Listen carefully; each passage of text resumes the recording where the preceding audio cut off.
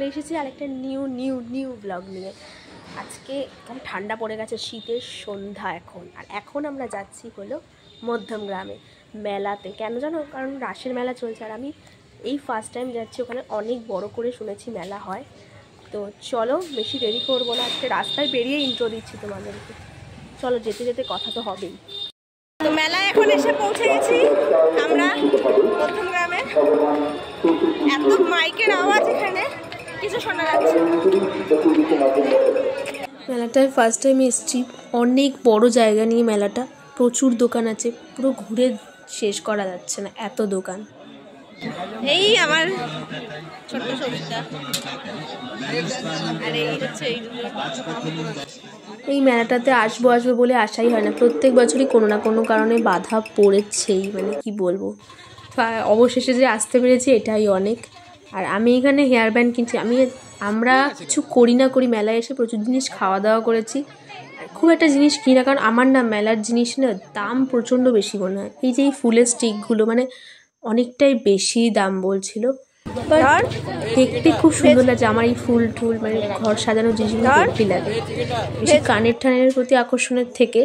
হ্যাঁ, এটা ঠিক, তোমরা হয়তো বলবে যে মেয়েদের তো কানের প্রতি আকর্ষণ বেশি, কিন্তু আমি সত্যি বলছি আমার এই ফুলের জিনিসগুলোর প্রতি আকর্ষণ একটু বেশি। এই চিকেন পাওভাজি আর এই ভেজ পাওভাজি। আমরা প্রথমে মেলায় এসেই এই পাওভাজির দোকানটা এসেছি। খুব সুন্দর টেস্টি পাওভাজি, বার্গার।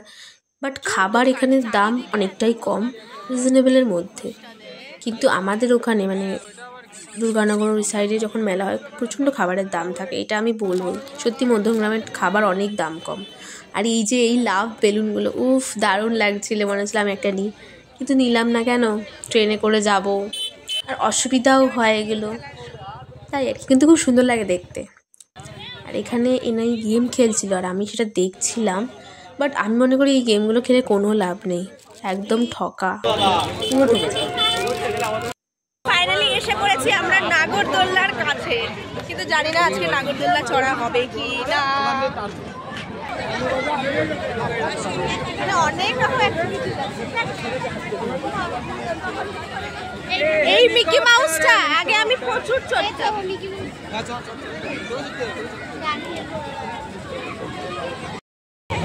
আজকে আর নাগরদোল্লা চড়া হলো না, কারণ নাগরদোল্লার আজকে অনেকটাই প্রাইস। তাই আমি আজকে নাগরদোল্লা চড়িনি, কারণ আমার দামটা অনেকটাই বেশি মনে হয়েছে। এগুলোর দাম বেশি মনে হয়, সেই জিনিসটা আমি করি না। শীতকালে পিঠে দারুণ, আলাদাই মজা।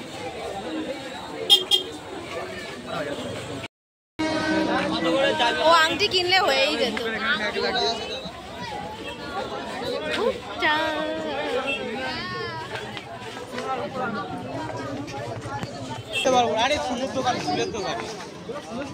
চারিদিকে খুঁজছি কোথায় কোথায় ফুলের দোকান আছে, কারণ ফুল নেবো বলে পাগল করে দিয়েছি। লাস্ট অব্দি কিন্তু আমি ফুল নিইনি।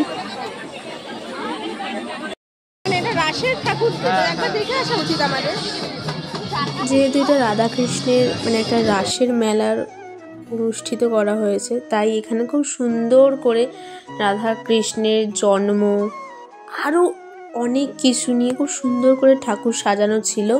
লাস্ট একটা ছোট্ট গোপালেরও মূর্তি ছিল। আমার এরকম ছোট্ট গোপাল যে মন্দিরে বসিয়ে রাখে, তারপর প্যান্ডেলে রাখে না, খুব ভালো লাগে দেখতে, খুব কিউট লাগে দেখতে। আর তোমাদেরও কার কার ভালো লাগে জানাবে কিন্তু কমেন্টে। আর এখানে রাধাকৃষ্ণটাকেও খুব সুন্দর করে সাজিয়েছে। আর কত রাধাকৃষ্ণ দেখো, এটা খুব সুন্দর লাগছে, তাই আমরা প্রণাম করতে গেছিলাম। এই খেলনা বাটি ভাই, আগে কত খেলতাম আমি। লাস্ট অব্দি কিন্তু আমি ফুল নিইনি, আগের ক্লিপসে বললাম না। লাস্টে গিয়ে এই যে এই আপেলের ঘরটা নিয়েছি জানো, আর একটা হেয়ার ব্যান্ড নিয়েছি মেলা থেকে, কারণ ফুলের অনেকটাই দাম মনে হচ্ছিল আমার, তাই আমি নিইনি।